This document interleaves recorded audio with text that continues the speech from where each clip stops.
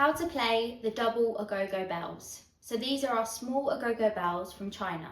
They're made from solid metal, and you have a smaller bell and a larger bell. You can hold like this, or you can place your hand over and hold it like this, however you feel comfortable. So let's have a listen first. That's one way of playing it. Then you can hold the middle. You can place the stick in between and do this motion,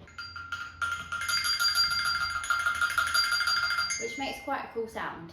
You can also hold it like this, place the stick inside and move it about. Most of the time people play it like this.